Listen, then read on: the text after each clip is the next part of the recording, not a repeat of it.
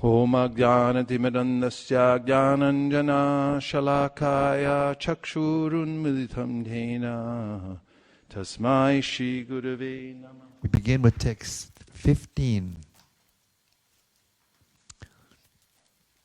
The Supreme Personality of Godhead is full in opulence by his own gain.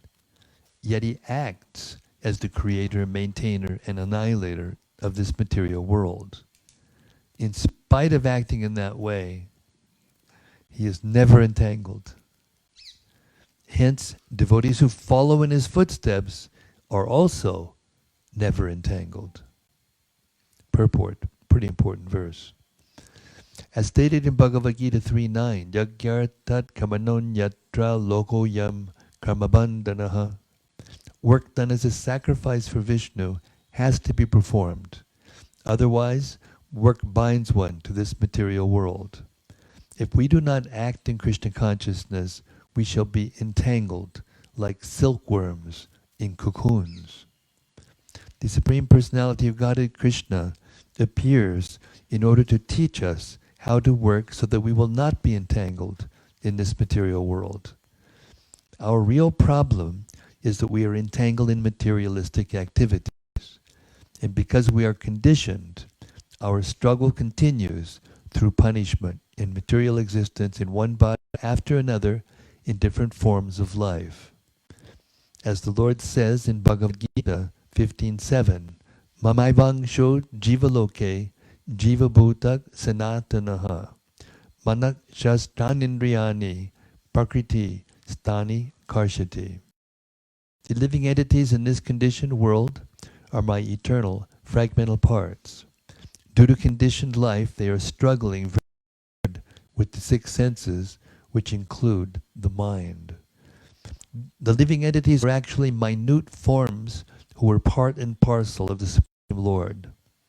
The Supreme Lord is full in everything, and the small particles of the Lord are also originally qualified like Him. But because of their minute existence, they are infected by material attraction, and thus entangled. We must therefore follow the instructions of the Supreme Personality of Godhead, and then, like Krishna, who was never by his material activities of creation, maintenance, and annihilation, we will have nothing for which to lament. Na visidanti ye nu tam. Krishna personally gives instructions in Bhagavad Gita, and anyone who follows these instructions is liberated. I'll repeat that if you don't mind. Is it okay? Can I feed? Any objections? Okay. Krishna personally gives instructions in Bhagavad Gita, and anyone who follows these instructions is liberated. Little note, I heard Prabhupada say this morning to a guest that if you're actually hearing, you do. If you're not hearing, you don't do. You don't follow the instructions. Following Krishna's instructions is possible when one is a devotee. For Krishna instructs that one should become a devotee. Manmana bhavamad bhakto madhyaji mam namaskuru. Always think of me and become my devotee. Worship me and offer your homage unto me. Point of interest, in the 72 Gita, the word become my devotee is left out of that verse. Bhagavad Gita 1865. Always thinking of Krishna means chanting the Hare Krishna mantra. But unless one is an initiated devotee, he cannot do this. Huh? Yes, always thinking of Krishna means chanting Hare Krishna mantra. But unless one is initiated, an initiated devotee, he cannot do this. As soon as one becomes a devotee, he engages in deity worship, madhyaji. A devotee's business is to offer obeisances to the Lord and the spiritual master constantly. This principle is the recognized way to come to the platform of bhakti. As soon as one comes to this platform, he gradually understands the Supreme Personality of Godhead, and simply by understanding Krishna, one is liberated from material bondage. Text 16. The Supreme Personality of Godhead, Krishna, works just like an ordinary human being, yet he does not desire to enjoy the fruits of work. He is full in knowledge, free from material desires and diversions, and completely independent. As the Supreme of human society, he teaches his own way of activities, and thus he inaugurates the real path of religion. I request everyone to follow him. Purport. This is the sum and substance of our Krishna consciousness movement. We are simply requesting human society to follow in the footsteps of Bhagavad Gita. That is the summary of the Krishna consciousness movement. The organizer of the Krishna consciousness movement is teaching everyone how to follow Lord Ramachandra, how to follow Lord Krishna, and how to follow Sri Chaitanya Mahaprabhu. In this material world, we need a leader for a monarchy or good government. Lord Sri Ramachandra, by his practical example, showed how to live for the benefit of all human society. He fought with demons like Ravana.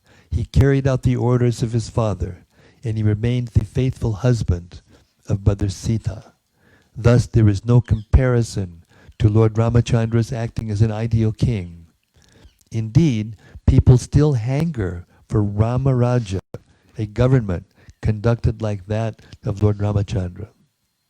Similarly, although Lord Krishna is the Supreme Personality of Godhead, he taught his disciple and devotee Arjuna how to lead a life ending in going back home, back to God.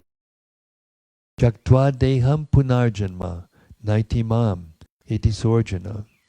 All teachings, political, economic, social, religious, cultural, and philosophical, are to be found in Bhagavad Gita. One only has to follow them strictly. The Supreme Personality of Godhead also comes as Lord Chaitanya, just to play the part of a pure devotee. Thus the Lord teaches us in different ways, just to make our lives successful. And Swayambhuva Manu requests us to follow him. Swayambhuva Manu is the leader of mankind in a book called Manu Samhita, to guide human society. Herein he directs us to follow the Supreme Personality of Godhead in his different incarnations. These incarnations are described in Vedic literature, and Jayadev Goswami has described 10 important incarnations in summary. Meena Sharira, Jayadagadisha Hare, Keshava Narahari Rupa, Jayadagadisha Hare, Keshavadrita Buddha Sharira, Jayadagadisha Hare, etc. Swayambhuva Manu instructs us to follow the instructions of God's incarnations, especially Krishna's instructions of Bhagavad Gita as it is. Appreciating Bhakti Marga as instructed by Chaitanya Mahaprabhu, Sarvabhauma Bhattacharya thus depicted the activities of Sri Chaitanya Mahaprabhu. Vairagya Vidya Nija Bhakti Yoga, Siksharkam Ekak Purush Purana, Sri Krishna Chaitanya Sharira Dhari, Kudir Yas Tamaham Prapadye.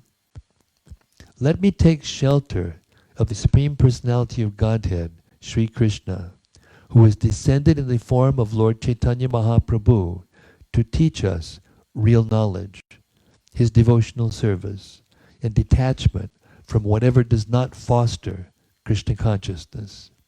He has descended because he is an ocean of transcendental mercy. Let me surrender unto his lotus feet. Chaitanya Chandrodaya Nataka 6:74.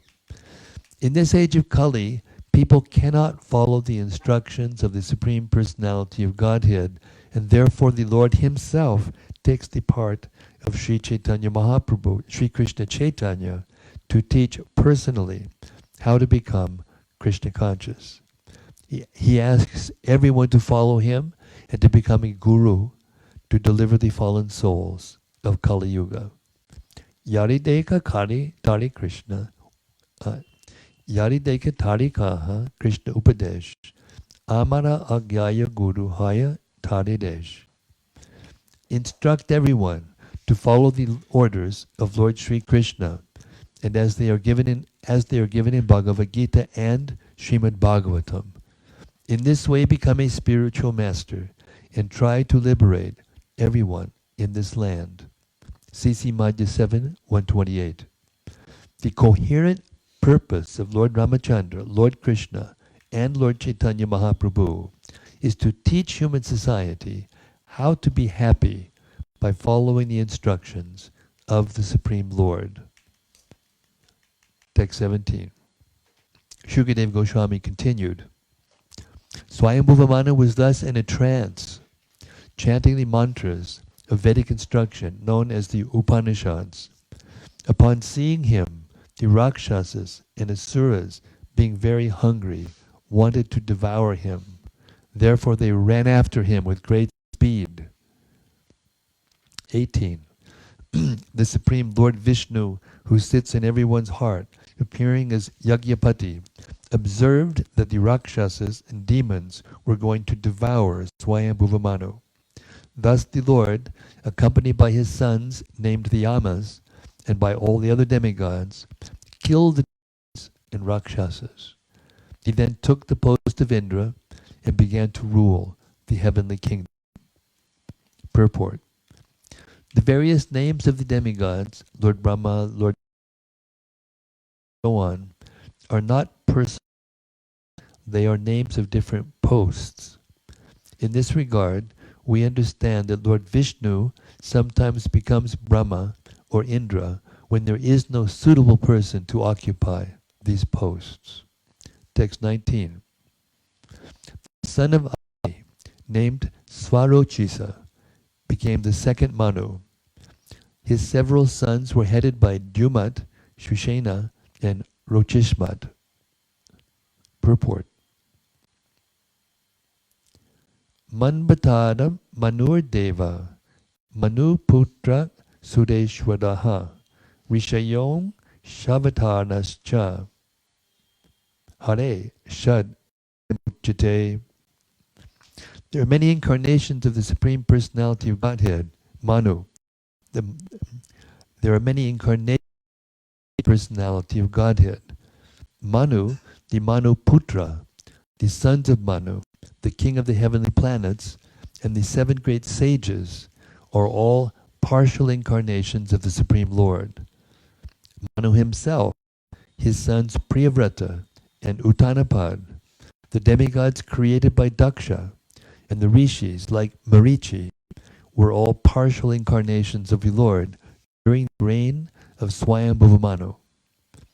During that time, the incarnation of the Lord as Yagya took charge of ruling the heavenly planets. The next Manu was Swaruchisha. The Manus and the sages and demigods are further described in the following 11 verses. Text 20. During the reign of Swarochisa, the post of Indra, the son of Yagya, Tushita and others became the principal demigods, and Urja, Stamba, and others became the seven saints. All of them were faithful devotees of the Lord. Text 21. Bedashira was a very celebrated rishi. From his wife, whose name was Tushita, came the avatara named Vibhu. Text 22. Vibhu remained brahmachari and never married throughout his life. From him, 88,000 other saintly persons took lessons on self-control, austerity, and similar behavior. 23. O king, the third Manu, Uttama, was the son of King Priyavrata. Among the sons of this Manu were Pavana, Srinjaya, and Yagyahotra. Text 24. During the third Manu, Brahma and other sons of Vishishta became the 7 sages. The Satyas, Vishrutas, and Badras became demigods, and Satyajit was selected to be Indra, the king of heaven. 25. In this Manvantara, the Supreme Personality of Godhead appeared from the womb of Sunrita, who was the wife of Dharma, the demigod in charge of religion. The Lord was celebrated as Satyasena, and he appeared with other demigods known as the Satyavratas. 26. Satyasena, along with his friend Satyajit, who was the king of heaven, Indra, killed all the untruthful, impious, and misbehaved yakshas, rakshasas, and ghostly living entities who gave pains to other living entities. 27. The brother of the third Manu, Uttama, was celebrated by the Tamasa, and he became the fourth Manu.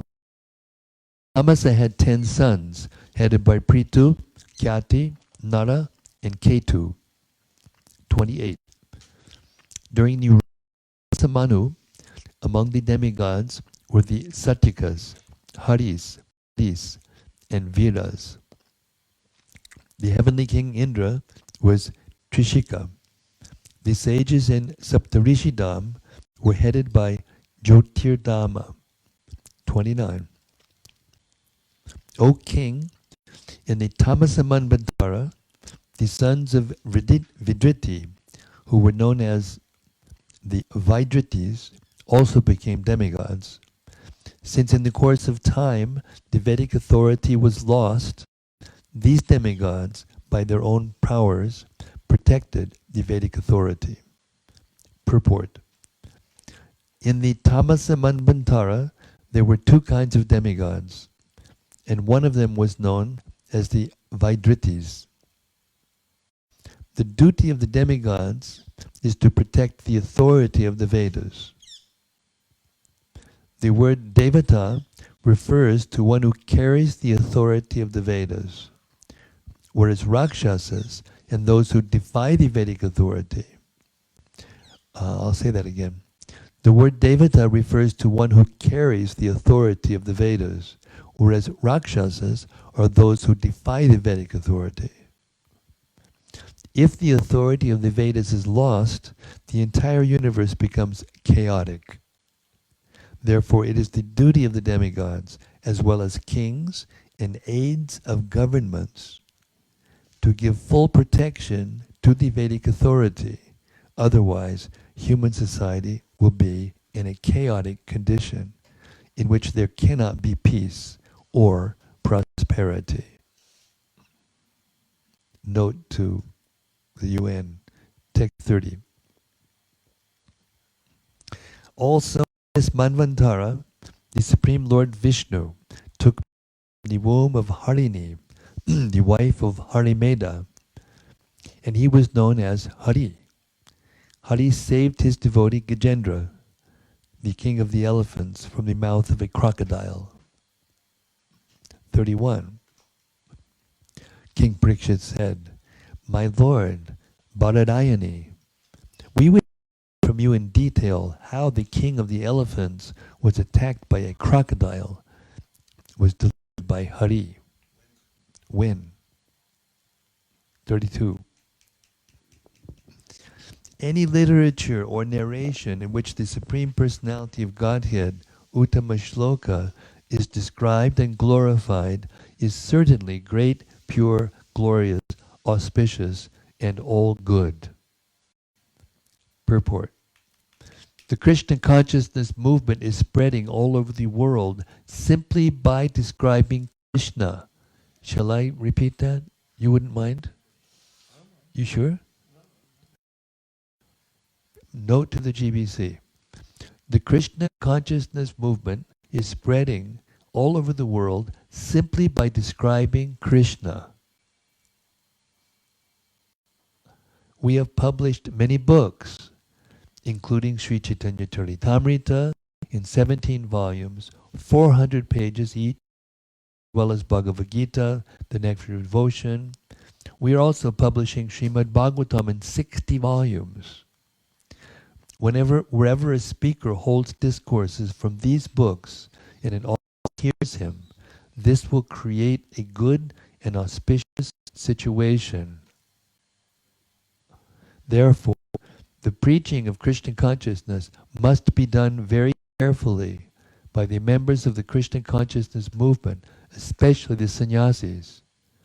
This will create an auspicious atmosphere. I think we should post this. What do you think? Everywhere. Paper the walls. Send. Gopal, get it done. Text 33. Sri Sutta Goswami said, O Brahmanas, when Parikshit Maharaj, who was awaiting impending death, thus requested Shukadev Goswami, encouraged by the king's words, offered respect to the king and spoke with great pleasure in the assembly of sages who desired to hear him. Thus end the Bhaktivedanta purports of the 8th canto, 1st chapter of Srimad Bhagavatam, entitled The Manus, Administrators of the Universe.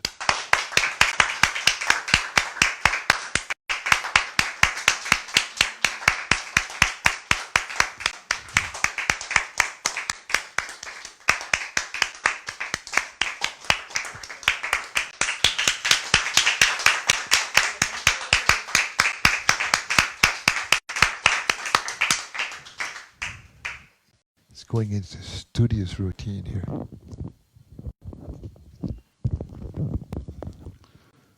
Okay. Reflections? What's this section about? The successions of Manus beginning with Swayam Bhuvamanu. Yes. I appreciated how Srila Prabhupada talks about that one should engage in karma yoga and engage all one's activities in the service of the Lord, and by doing so one will be able to come to the platform of pure devotional service. Yeah, that was in text 8.114. He said, start with activities without fruitive results and follow activities recommended in the Shastra, because that will lead to liberation. He quoted Bhagavad Gita 3.9, Jagnarta Kamanon Yatra. He quoted Bhagavad Gita 5.29, Bhoktanam Jagatapasam. He quoted Srimad Bhagavatam 1.2.13, Atapumbir Dvija Shreshta, Varnashrama Vibhagasha. He quoted Srimad Bhagavatam 1.5.12. Such a nice string of verses that all pertain to the same thing. Naishkarmyam Apyachuta Bhava Varjitam Nashobhade Jnanamalam Niranjanam. Then Bhagavad Gita 6.3, Arurakshar Maner Yogam, meaning that for the neophyte, work is said to be the means. And for those who have already attained to yoga, then cessation of work is said to be the means. Then he quoted Bhagavad Gita, Karmendriyani Samyamya, that if somebody has stopped working but is still thinking about how to enjoy sense gratification, such a person is a cheater. Mityachara Sauchite, pretender. Then he quoted Srila Bhaktisiddhanta Dushtamana about what kind of cheater are you, my mind, that you want to go to a secluded place and chant. You're not free from desires. And then he quoted 2.10.6 from Bhagavatam, Muktir Hitvayata Rupam Swarupena Vyavastiti, about real liberation means coming back into one's constitutional position of service. And then he quoted, no, that was it. Any other points? There's a really important purport. That brings a question in my mind which I would like to ask. So I feel that that's recommended, but when one work in the material world, it is hard to remain completely aloof from the contamination of fruitive work and personal desires. So let's say I'm performing devotional service, but I also see many of the devotees here, they're very new, but they are performing pure devotional service, meaning they are completely surrendered to Krishna. So I feel like I'm performing mixed devotional service, and I see a lot of devotees performing pure devotional service. So then why is this recommended? Because everyone has an adhikari.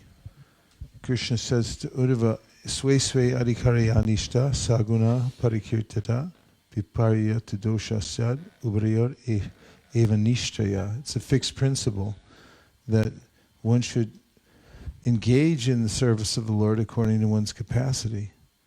And if somebody is already engaged in fruitive work, and then they're asked to just give up some of the fruitive work, it's a big step for them. And it's a step in the right direction. Even Krishna in the 12th chapter of the Bhagavad Gita gives gradations. He says, if you can't be engaged in thinking of me 24 hours a day, then practice the tenets of bhakti so that you can think of me. And if you can't do that, then act without work for me, and means give money to the Krishna consciousness movement, whatever you can do. And if you can't do that, he said, then just be charitably disposed.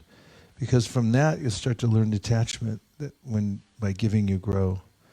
And then he gives a whole series of other ways that you can be connected to mindfulness and meditation, cultivation of knowledge, and so forth. So there's always a gradation according to the person. And Krishna already said in the 2nd chapter of the Bhagavad Gita that even a little bit of this goes a long way. If one tries to do something, neha bikramanashvasti prativaya navidite solpam apyasi dharmasya traite mahato bhaya. Even a little endeavor on the path, no matter where one starts, is something the most dangerous type of fear. I heard Prabhupada quote, make a point about this verse.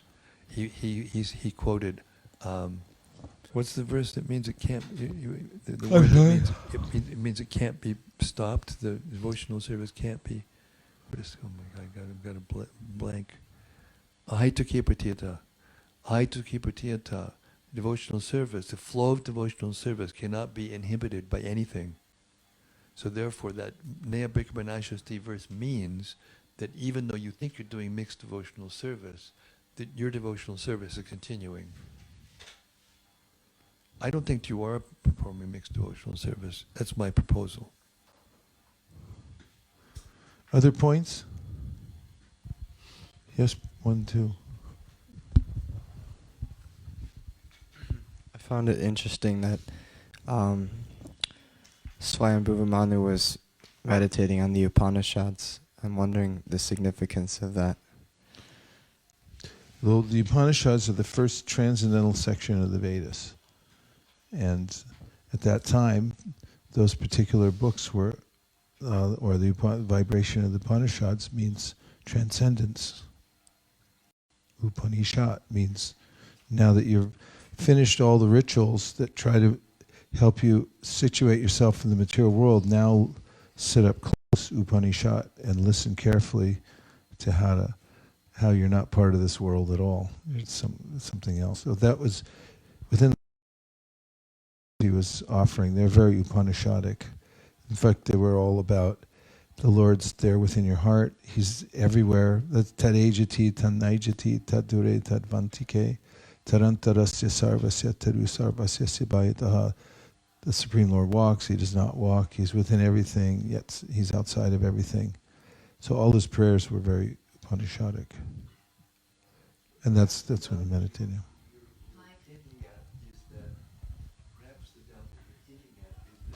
Kind of like an impersonal kind of, why should he be saying Upanishadic verses when actually he should be saying other verses that talk about pure devotional service? But the Upanishads are talking about pure devotional service. Mike, back please. In the situation he was, Swayambhuva Manu was in this situation, is he like, it's just at the end of his life? I'm wondering, or, like, that's what happens usually, like, after you execute your duties, then you meditate on the Upanishads. That's like traditional Vedic, like Upanishads is meant for sannyasis or something like that. And he was sitting in one place with his, in one leg, meditating on the Upanishads. That was a question or just an observation? I'm wondering if this is what the situation is, why he's doing that. Like, if it is that at the end of after he executed his duties or something. What's the first verse? It's the end game. Definitely the end game.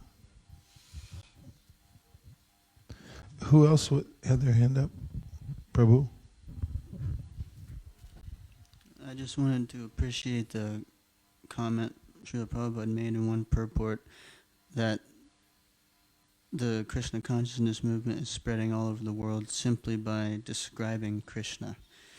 I thought it was pleasant to hear that mood of simplicity, like how simple the kind of mood was in that.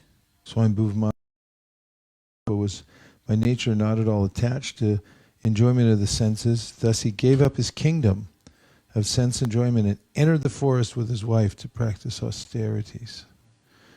And that's in 817. And then 818 says, O sign of Bharat, after Swayambhuva had thus entered the forest with his wife, he stood on one leg on the bank of the river Sunanda. And in this way, with only one leg touching the earth, he performed great austerities for 100 years. While performing these austerities, he spoke as follows. What does it say? Nothing. Only in 818 commentary says, Mike. means he planted. There's no commentary in 817, but in 818 there's a statement that says avaha means he chanted. Avaha, he chanted. But anyway, it seems like the end game there, because they left the kingdom and earth and the forest. There's more description later, I think, of how they actually, he leaves the world and his wife leaves with him. And that brings us to the end of our morning reading session. We'll be back here, Krishna willing, at 3:30 p.m. India time. Gaur Premanande, Nitai Gaura Haribo. Haribo, Nitai Gaura Haribo, Nitai Gaura Haribo, Bo, Haribo, Nitai Gaura Haribo. Vanchakalpadrishya Kripasanabeva Chapatitanam Pavanibhyo Vaishnavebhyo Namo Namo. Nachari Armarman, Nachari Armarman, Nachari Armarman, Nachari Armarman, hey, Nachari Armarman, Nachari Armarman, Nachari Armarman, Nachari Armarman.